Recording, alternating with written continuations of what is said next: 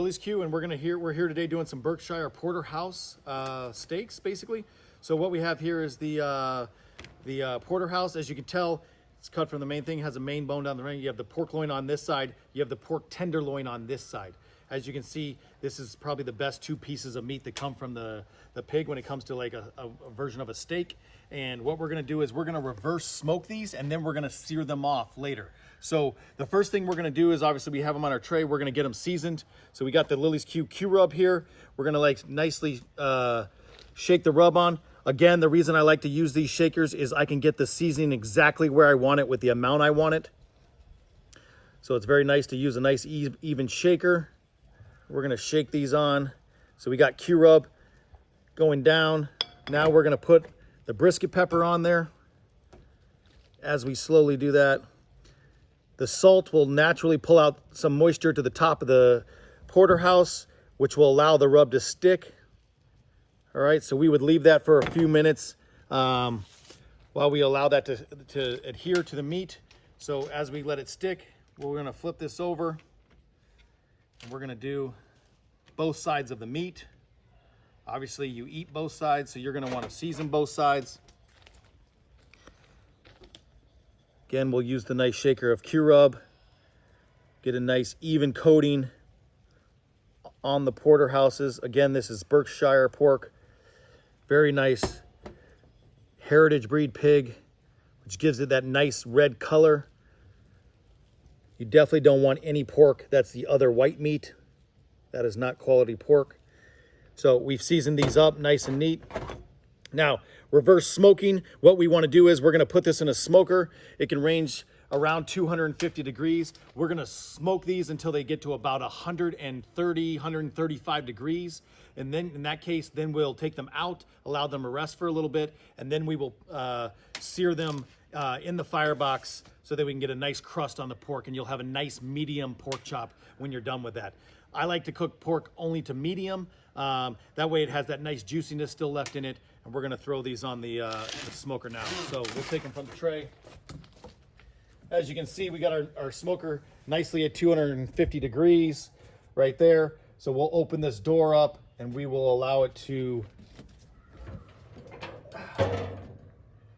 get a nice smoke on these porterhouses. I'm gonna turn the bone towards the firebox just to help protect them a little bit.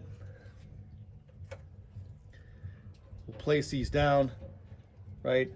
With this nice even cooking grate, we won't have to rotate them all. We'll be able to smoke them nice to about 130, 135 degrees before we go to the sear them off and get them a nice crust on them.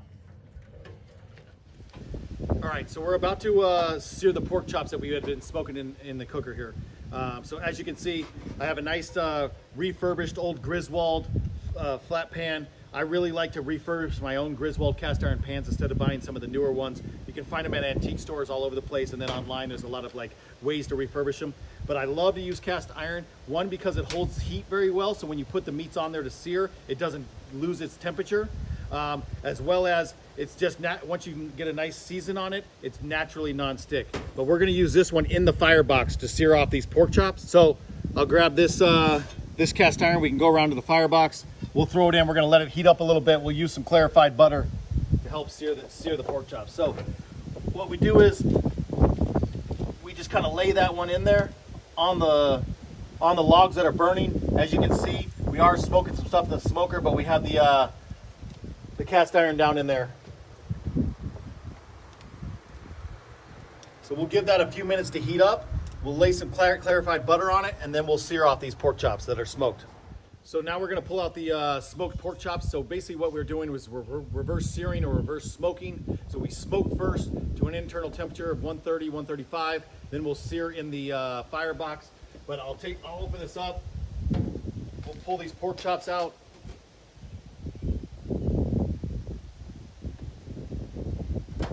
As you can tell, we have a nice, beautiful smoke on them. These are Berkshire pork chops. They have the loin and the tenderloin on them, so it's kind of like a Berkshire Porterhouse is what they call them. Now, when we go into the firebox, we'll take these to sear. We're gonna need a little clarified butter.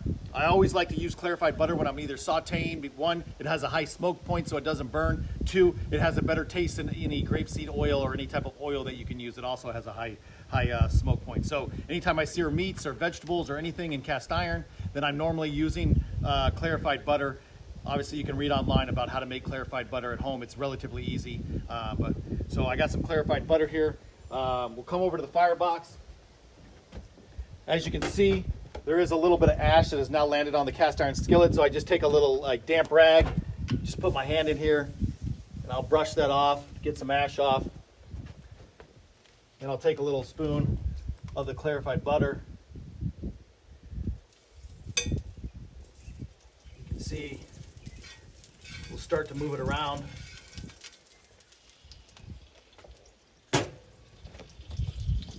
We'll grab these pork chops. Got that cast iron in there. Now we'll take these nice, beautiful smoked pork chops, and what we'll do is I'll kind of move them around like this, and then I set them down so they get a little bit of the butter on them. One, that helps to not stick as much. Some butter will drip off the cast iron, but you can hear as they're searing in the firebox, they'll get that nice sear on them.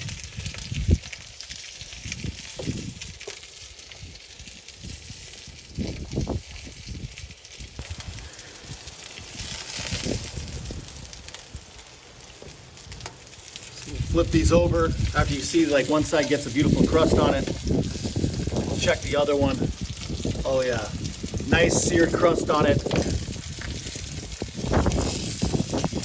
We'll let these sear up on that cast iron.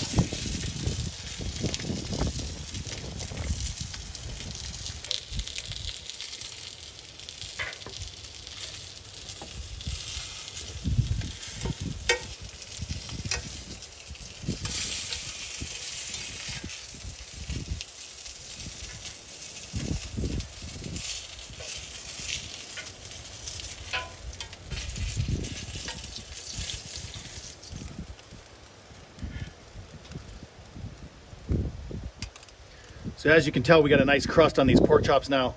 We'll take them out, we'll carve them up. All right, so we pulled these Porterhouse Berkshire pork chops out of the firebox that were cooked on the cast iron skillet.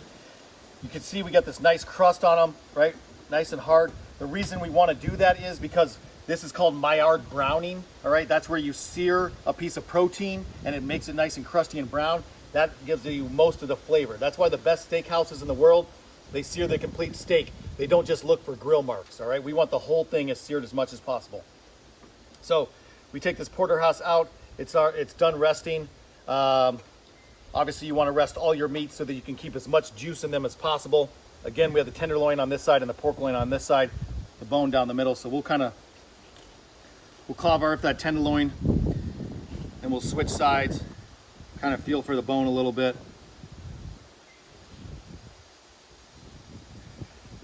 Right down the bone side, off. As you can see, some of the meat, when we start to carve this on pork, it's going to be a little bit pink. A lot of that is just the smoke. I do like to cook the pork only to right above medium because it keeps it nice and juicy. But as you can see, all this pork will have a nice smoke flavor to it, as well as the great sear that you're looking for any type of piece of protein, right? So you can see, you get that nice smoke ring going on the outside where it's nice and really pink. That is fully cooked meat because it's on the outside. And then you have the nice juicy piece in the middle where you can still see the moisture coming out. But that's a Porterhouse Berkshire pork thing where we reverse smoke it and then sear it in the firebox. For more tips, products, and recipes, check us out at liliesq.com, or you can follow us on Instagram and YouTube.